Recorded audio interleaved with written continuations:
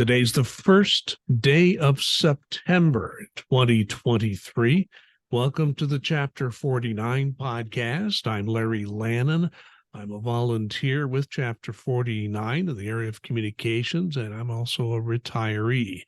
We at NTU Chapter 49 represent most IRS employees in the state of Indiana. We try to keep this a weekly podcast, but sometimes we miss a week. We'll miss next week, and we'll talk more about that later. Let me welcome once again our chapter president, Duncan Giles. Thanks, Larry. It's always good to be here with you. And it's a beautiful day here in central Indiana. And I heard an argument today listening to another podcast while I was in a car, and there were people trying to make a distinction between the meteorological date for fall and the astronomical date for fall. I guess they're different. I guess the meteorological day for fall, actually, I think it's today, is it not? I'm not sure, but those are people that have way too much time on their hands as far as I'm concerned. What is fall? In fact, somebody on a podcast said, I just know it's hot or cold. That's all I care about. So there you go. I think it's a little warm to be calling it fall, but that's just me. One person said, well, when college football starts, that's fall. I said, well, okay, that started in all earnestness last night, although Notre Dame did play that game in Ireland. We don't always count that. But we're really glad to have you with us. Glad to have Duncan with us. Duncan, we will not have a podcast next week. You and I do get busy sometimes, one or the other of us, or sometimes both. But we should be back, if all goes well, in a couple of weeks. So let's get to our issues of the day. The biggest issue that has come up in recent days, right before we record this on September 1st, is this issue of the federal pay raise. The federal pay raise is always a matter of political posturing, and it's all part of this budget process, which, to be quite honest, Duncan, has been dysfunctional, really going back to the 1980s. There was I remember talking to Lee Hamilton, a man who had been in Congress for many years and considered a leader there and a respected member by both parties. And he once told me, he said, we've lost regular order, because regular order was House passes a budget, Senate passes a budget, you have a conference committee, work out the differences, you have a budget. That's almost never happened in the last 30, 40 years. So this pay raise issue is kind of mired in that. The budget process, to the extent it has happened in the Congress, has been silent on the pay raise issue for federal employees. That generally kicks it all back to the president. And President Biden has made a very specific announcement about that. So I'm going to let you talk about where this whole issue stands for the federal employee pay raise for 2024. Yeah, first off, to comment on your regular order, if they did Schoolhouse Rock now, it would be really confusing on how a bill gets passed because nobody's really sure. But yeah, the president by law has until the end of August to say what he wants, through his what's called the pay agent, the federal pay agent, what he wants the pay raise to be for the following year for federal employees. If he doesn't do that, there's an automatic formula that kicks in that would be much higher than what it would be proposed by a president of either party. So they always like to get this in. Both the House and the Senate have been silent on pay raises.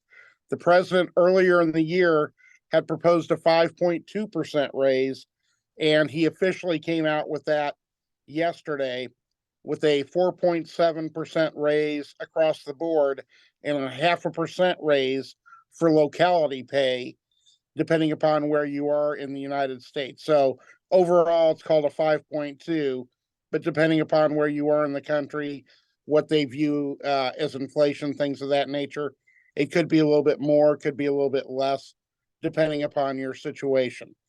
And at this point, everybody's going, okay, so it's going to be a 5.2% raise. No. Let's not count any chickens before they're hatched. It still has to be included in congressional bills. Now, if Congress is silent on it and remains silent, then yes, it would go to that 4.7 with a 0.5% locality pay. But it's very possible that, the House or the Senate could include it a lesser figure or possibly a greater figure. We're fighting for a higher one, but I don't see that happening realistically. They could include a different figure, and then it would have to go to that conference committee to be figured out. So we're hopeful. The signs are pointing to that 4.7 with a 0.5% locality pay, but it's not guaranteed by any means yet. Yeah, I think I would describe this myself as a positive step forward, but don't count on the money next year at this point, right? Exactly. So yeah, we're hopeful, but you just don't know what's going to be coming out of Congress. Um, you know, with the budget deals that they're talking about or not talking about. We'll have to wait and see how that all plays out. And all tied into this is this whole issue of government shutdown. I saw an interesting article yesterday, Duncan, that there are people in the House of Representatives who want to impeach President Biden, which I think is rather strange, but they want to do this. And apparently that's because a certain presidential candidate is pushing them to do it. Well, the interesting argument that's being, because as I understand, Speaker of the House, McCarthy, does not want a government shutdown. He knows this is bad news politically, but he's got these people who want to do it. So what he's doing now, I find this a very interesting political angle. He's telling his caucus, okay, if you want to force a government shutdown, fine, but we cannot impeach the president and have a government shutdown at the same time. So that's his way of avoiding a government shutdown. Rather odd way of thinking about it.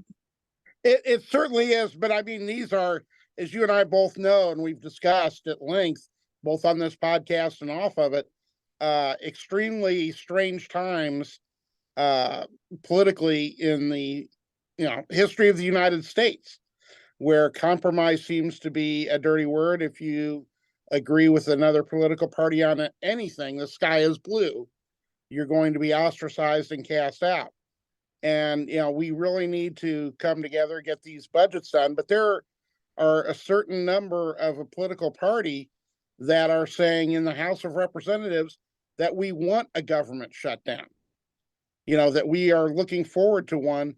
And, the whole purpose, Congress's whole purpose was to pass bills to continue to fund the government. And this is, the bedrock of what they're supposed to be doing. And yet they're saying, no, we don't want to do this, which just totally blows my mind. So you're going to have members of both parties to come together to pass something. And it's going to be tough to do that because it's just right now so baked in that you can't agree with members of the other party. And we're seeing the evidence of that now. So we'll keep an eye on it. NTEU is doing that at the national level. And we watch their updates here as well. A little bit tied into all this, there are always think tanks and groups of people for instance, when a political party is out of power, they always think of, okay, if we ever get back in power, what are we going to do? A group of Republican people have been doing this and publishing the papers and making public statements about what they'll do when they get, when and if they ever get the White House again. One group of the Republican Party out of power in the White House has issued a very specific set of proposals. And Duncan, the only way I can describe it is it wants to gut the civil service. It wants to make federal employment pretty much at the will of whoever happens to be president, which means when there's a party change in the presidency or even a change in the presidency, all or most of federal workers would be fired and replaced with brand new people of the new party. You and I have talked about this. We ended that, over 100 years ago. The spoils system was not working for the public, and that's why we have the civil service that we have. So when you read this information, your reaction? It makes my head hurt a lot. It's just one of those things that is just totally insane. it seems like they want to abdicate power of Congress and give it to more power to whoever is sitting in the Oval Office, which is not what the founding fathers intended, but that's just me. A great example of the spoil system in a more modern era is here in the state of Indiana. It used to be very much the spoil system for a lot of federal employees, particularly, I'm sure you'll remember, the Bureau of Motor Vehicles. Well, When, I've told that story many times, Duncan. I won't tell it again here. But when I yeah, started driving, I had a real maze to go through.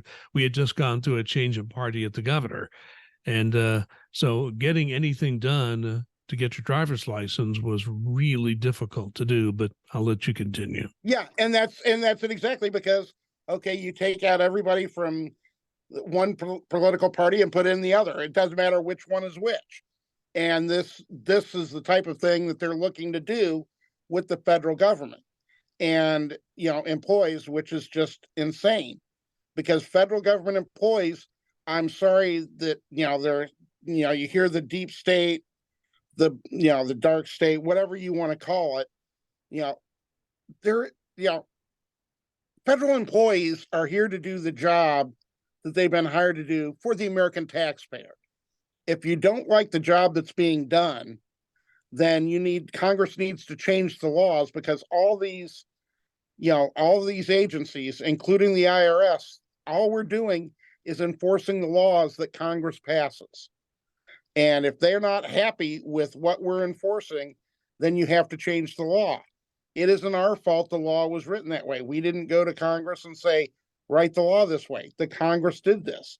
We're simply enforcing it.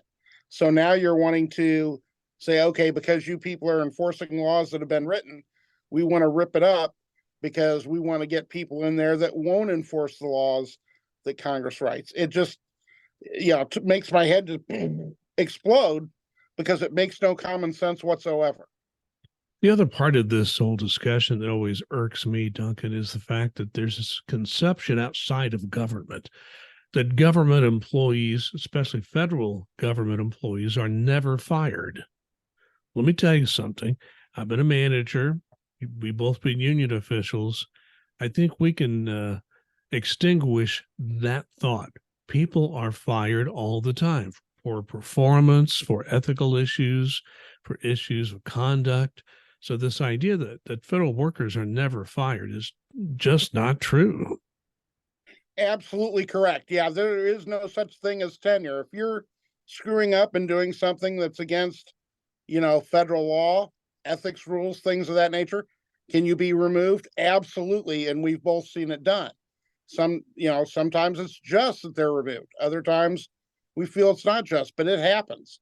So when people say, well, we need to have the ability to take care of it, there's a reason that the Civil Service Reform Act came into being that was, unofficial for decades. And then finally, in the 70s under President Carter was officially done because you cannot go back to the spoil system that Boss Tweed started back in New York in the 1800s. You can't go back to that because it doesn't work, and it won't work for the American people. They think that they're not happy with something now. The service would go right down the tubes at every federal government agency. You would not have the institutional knowledge you need to get things done, and it's just a ridiculous suggestion. But yet there are a lot of people that are buying into this, which is very scary. If you read historians, and there are a lot of books that have been written by historians that say about Abraham Lincoln. Abraham Lincoln was fighting a civil war. Yet, while he was doing that, all the historians document all these people that came to see him. And what did they want? They wanted postmaster jobs for themselves or someone they know. So that, would you want a president or his staff or her staff dealing with all these issues all the time? It's just a bad way to run a government. So, I mean, you and I both have had a lengthy experiences in management in the private sector before we came to government. And when we came to government, we heard these rumors, and when we got here, it's like, oh, this is not the way it works at all. So I think you and I have a perspective to tell people that that's not true. So there's no good reason to change the civil service system. It's working as well as it can. People depend on this bureaucracy to get things done for them. If they want their tax refunds, if they want returns processed, they're dealing with the balance too. They want professional people dealing with them. So that's my speech on it. Anything you want to add before we move on? Yeah, I mean, you're talking about when somebody's being audited, well, I'm of this party or I'm of that party. Okay, well, then you get to skate because we're not going to harm our own. We're going to go after others. I mean, that's the type of thing you're opening it up for.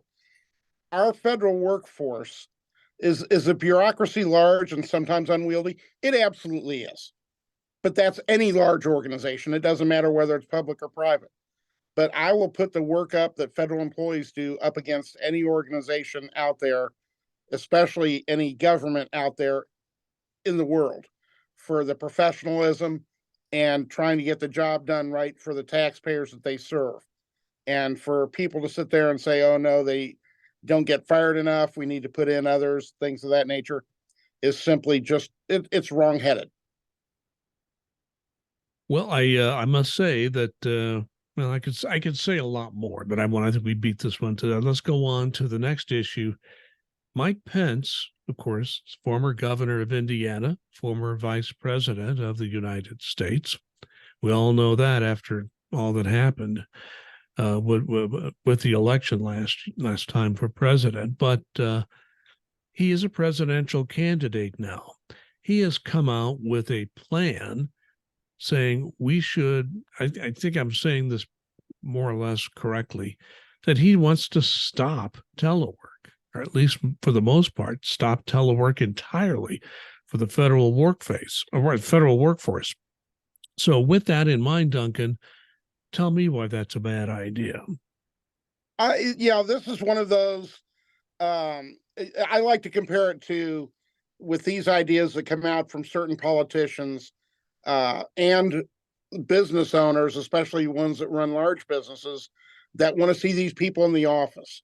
They want Pleasantville, the movie Pleasantville. They want things to go back as the way they used to be because in their mind it was all pleasant. It was great. It was wonderful. Well, no, there were a lot of issues that were bad back then. And, there are a lot of things that are wrong with trying to stop telework. Well, if people are teleworking, they're not actually doing their jobs. Okay, well, study after study will show you that they're actually as productive, if not more productive, on telework. Your absenteeism rate goes down. Your use of Federal Medical Leave Act, the FMLA, goes down. You're actually saving people money because they're not having to commute. They don't have to pay a lot of times as much child care. There are a lot of advantages to telework. And the thing is, if people are screwing off on telework, which people do, there's a certain percentage, small, thankfully, in the IRS that do that. There are ways to correct it. And I know management has done it with several and will continue to do that. If there's bad behavior, you do what you need to do to correct the behavior. But you don't use a shotgun when a laser approach will do. I understand that, especially in the Beltway in DC, that they want to bring people back because the businesses are crying, because they're saying we're not getting, we've got too much rentable space, or, we're a restaurant and we're dying because we don't have federal employees here, things of that nature. I get all that. I understand. I empathize with it.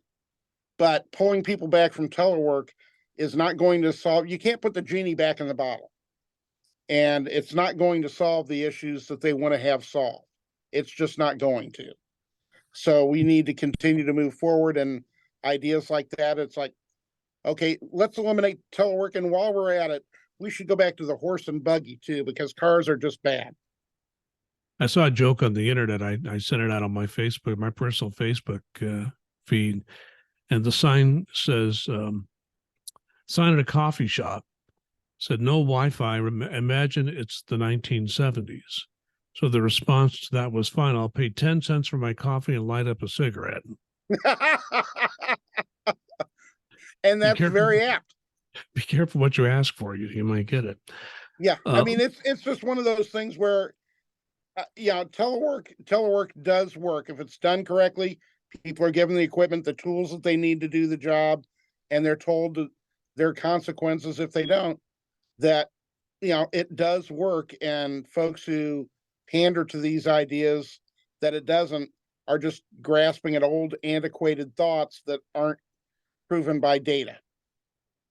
Move on to something else because one thing you get as a member of NTEU, and I'm a retired member. You can be a member when you're retired, but you go to the website, you sign up for the website, get on the website. There's a whole section of the NTEU.org website which deals with discounts. All sorts of discounts are available, and deals are available to people who are members of NTEU. There's one particular company offering benefits that you wanted to talk about. Yeah, there's a company out there called United Benefits. And, this is one of the companies that's worked with NTU for a long time. They do a lot of presentations. They do they sell products? Absolutely, they sell products, but it's products that are there to help federal employees, and you can choose to use them or not use them. Sometime in the near future, we're going to have a member of United Benefits come on and talk about exactly what they do. But when you're talking about thinking about retirement planning, you're talking about, okay, how do I make sure my family is taken care of? Should I keep money in my thrift or should I move it elsewhere? All these different factors that come in, how should I retire? What's going to be the best way to do it? Those types of things. Representatives from places like United Benefits specifically work with federal employees, and in our cases, NTU members, to help them. So it's something that, there are a lot of benefits on that page that you mentioned, whether it's, benefits for Office Max, benefits for car rental discounts, things of that nature. It's all on there. But United Benefits, like I said, has a wide offering that I think can help a lot of our members. And looking forward to having someone from there on the podcast talk about exactly what they can do to help federal employees and members particularly. We do have, how should I put it, special situations as federal employees that we need to plan for, particularly if I'm under the old civil service retirement plan, one of the last people hired under that. But FERS does bring some other planning and decision making that needs to be done. Our thrift savings plan is a little bit different than private sector plans. So it's very important to get specialized advice. If you choose to do, if you choose to do that, we'll have someone on just to explain the offers that they make to members of NTEU. It's up to you whether you want to avail yourself of it or not. But there are plenty of opportunities to save money and just get special deals by going to NTEU.org, and that United Benefit one is a special one. Duncan, I want to ask you, you were at the convention just a few weeks ago in Detroit. We have NTEU has a convention every 2 years, every 4 years. National officers are elected by the people who are delegates to the convention. They are elected in their local chapters. So we now have Doreen Greenwald, who is our new national president, and Anand Muni, who is our new executive vice president from Customs and Border Protection. So seems to me they're getting out to a good start. How do you see it? Yeah, it's one of those things where, Doreen had some big shoes to fill, and Tony Reardon, who did an awesome job. And as those of us who knew Doreen and know Doreen very well knew what she would do, she took off and hit the ground running, and she's been doing a great job, since she's been elected. Jumped in with both feet, moved forward, pressing for the federal employee issues, whether it's with our staff to make sure that they understand what needs to be done, or talking to the different agencies, or Congress. So she's doing, as I knew she would, a great job. Anand jumped right into, going from a chapter leader to jumping into leading the contingent for the term contract for CBP, Customs and Border Protection. And from everything that I'm hearing, he's doing a great job doing that. Very sharp guy.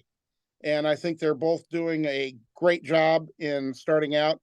It's tough to move up or, move up in Doreen's case or totally accept a different challenge in Anand's case.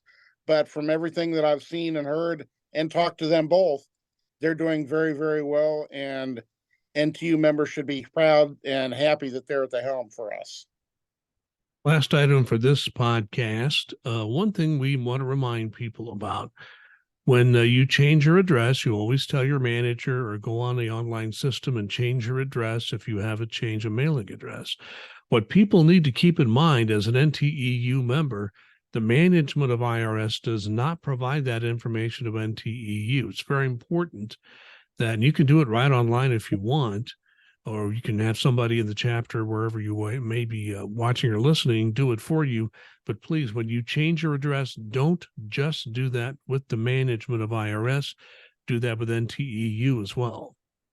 Absolutely. Yeah, because we don't get that information. So if you're not getting mailings from NTEU, if you're not receiving things like your membership card or things of that nature, take a look online. Make sure that your address is correct, because all it would take is a little bit of zip code off, misspelling of a street, things of that nature. We get bad addresses. We try and send it out to employees when we have these or find them. I corrected one the other day that literally had no address, had the employee's name, but no address whatsoever. So went in there and corrected it. So, if you're not getting that information, please go on the website or contact your chapter leadership or your steward so they can go in and take a look. In the state of Indiana, feel free to shoot me an email and I'll be happy to take a look to make sure that we've got the correct address for you. And Duncan, your final comment for this podcast. We're coming up on a very important holiday to me, Labor Day. And, this is something that people just, okay, it's another day. That's the thing. It's like, there's a reason that you have a weekend. There's a reason you have a 40-hour work week. It's because of people who've gone before, who've pressed to make sure that you get these rights. And that's why I feel that celebrating Labor Day is very important. The work that we do as NTU leaders, for federal employees, I think is extremely important to be able to continue that type of tradition, to make sure that you do get these holidays, so you do get these rights. And I think that having a day to celebrate and remember those who came before us, who've gotten us this, and to celebrate, the work that we do, that everybody does together, is just a great idea. Duncan, I think that if you really want to celebrate Labor Day, I think one very important thing you could do is just look at the history of the labor movement in America. Many of the benefits that we take for granted today were hard fought issues, as particularly in the early part of the 20th century, by some very courageous people who put themselves in harm's way to get benefits for people that have them today. So when you say, well, what has the labor movement done for me? You need to do your history lesson. And if you do that, you'll find out that much of what you have today is due to those people who were there sometime early in the 20th century. And it's been a constant fight. It continues today. You've just heard Duncan Giles, our chapter president for NTEU Chapter 49. And this is the Chapter 49 podcast, normally weekly. We will not have a podcast next week just because Duncan and I are busy with other things sometimes. And we will hopefully be back, if all goes well, in a couple of weeks. But I must say that Duncan and I, we love doing this only because you're there.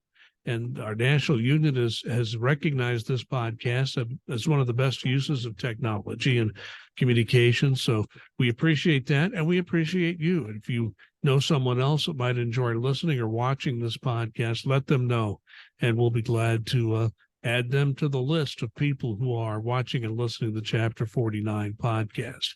It's a labor of love for the two of us. I'm a retiree and take time out each week to do this, for most weeks. And Duncan takes time out of his busy day as a chapter president. So in the meantime, thanks for watching and listening. Be safe and be kind.